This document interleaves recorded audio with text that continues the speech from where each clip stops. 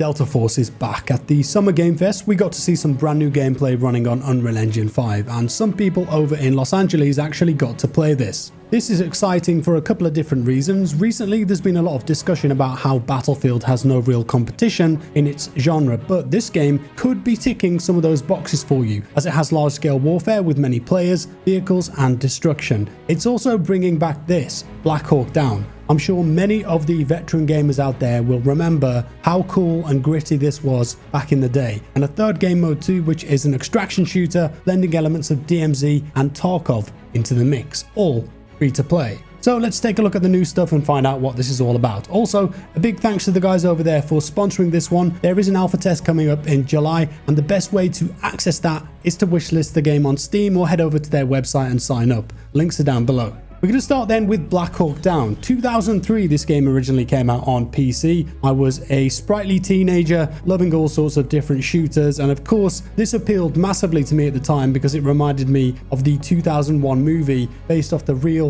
Battle of Mogadishu, which took place in October 1993. That movie had some insane actors in it, by the way. Josh Hartnett, Eric Bana, Ewan McGregor, Tom Hardy, Orlando Bloom, just to name a few. And the updated game here is actually affiliated with that movie, believe it or not. So in the new version, you're going to be able to relive that 1993 Mogadishu mission. 160 elite US soldiers facing a heavily armored force, including one-to-one recreations of streets and buildings, realistic squad-based operations with indoor-outdoor combat and nighttime battles. Arguably the coolest bit for me about this though is that it will have Hans Zimmer's original score on the soundtrack. It's pretty epic. Graphically too, environments, lighting look impressive here. Unreal Engine 5 putting in some serious work as usual. Check this out too. If you've played the old Delta Force Black Hawk game, the footage here might look a little bit familiar, and that's because this map is based off Cracked from that game. Yeah, they've changed a couple bits here and there, added some cover to modernize it, but the general layout and vibe of the new map are inspired by the old one. That's nice to see. Next up is the Battlefield style component of the game called Havoc Warfare. I've not played this myself yet, so I can't give any real impressions of it, but based off the previews that I saw online, this game mode sounds very similar to Breakthrough, which was first introduced in Battlefield 1.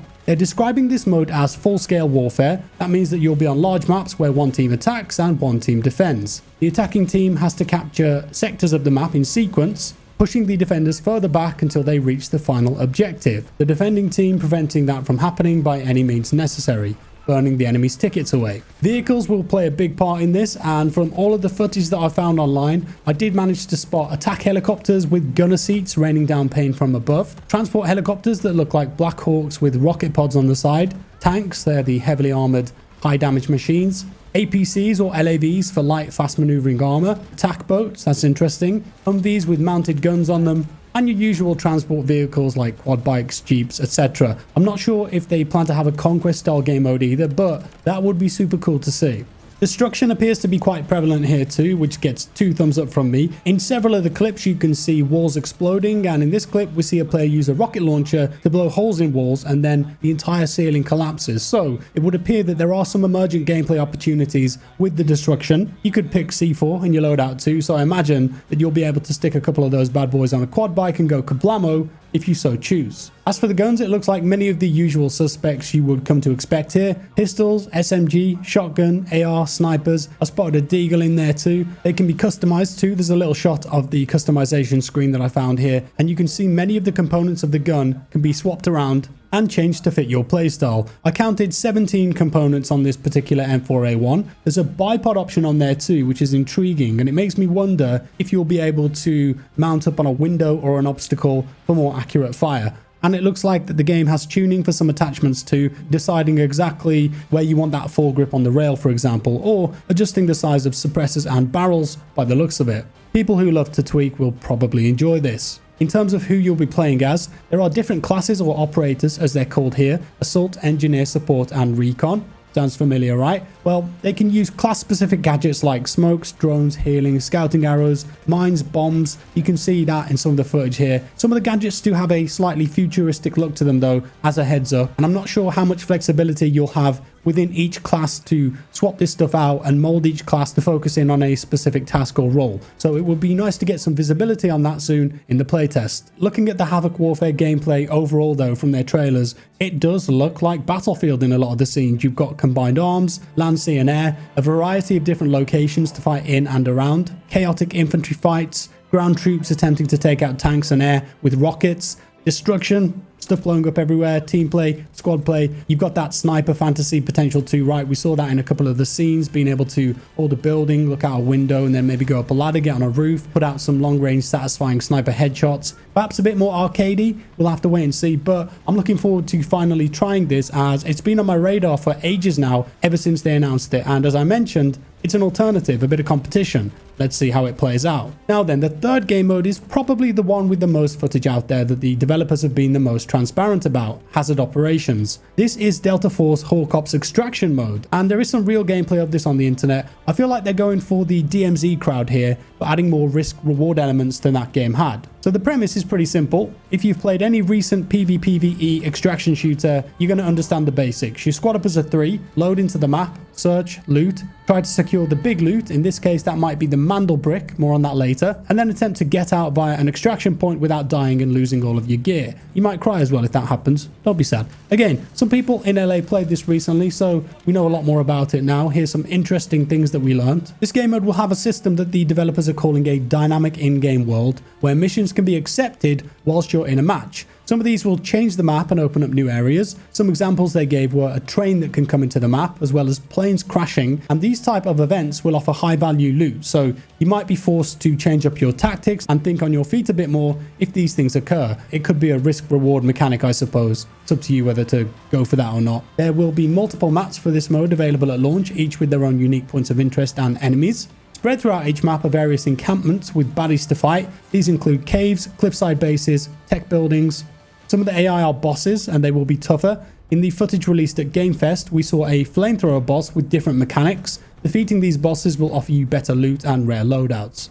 If you manage to capture the Mandel Brick, you will start decoding it, and that will offer you a chance to obtain rare items. However, carrying this will reveal your position to enemy player squads, so it's kind of similar to how the briefcase worked in DMZ, and that got very chaotic at times. You can pick up and fireman carry down teammates to get them to safety and revive them. I think that's a pretty neat mechanic and gives you a different style of gameplay than just being able to crawl away if you've gone down. So now maybe you can rely on your teammates to move you quicker, perhaps throw a smoke down, get away. We've seen this in PUBG. It can be quite funny at times, but also comes in clutch on occasion. The game will have an open marketplace where you can resell guns and gear for in-game currency, meaning there will be somewhat of a meta game outside of matches offering more depth and management. In one of the videos they released when they were talking about Hazard Operations, they did mention they're putting a lot of effort into optimization, which is great to hear. And that'll be stuff like minimizing matchmaking times, maximizing frame rates, optimizing server stability, etc. And yes, you will be able to bring in custom loadouts to this game mode and use some of the operator gadgets along the way.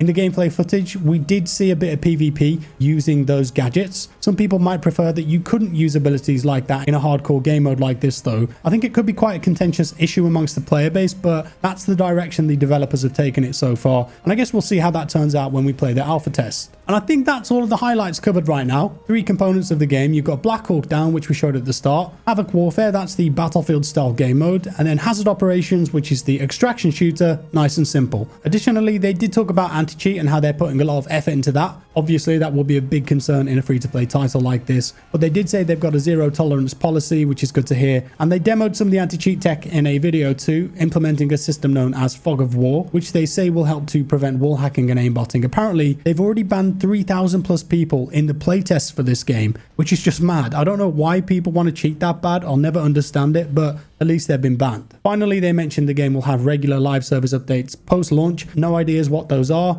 or what the plans of those are, but we'll see.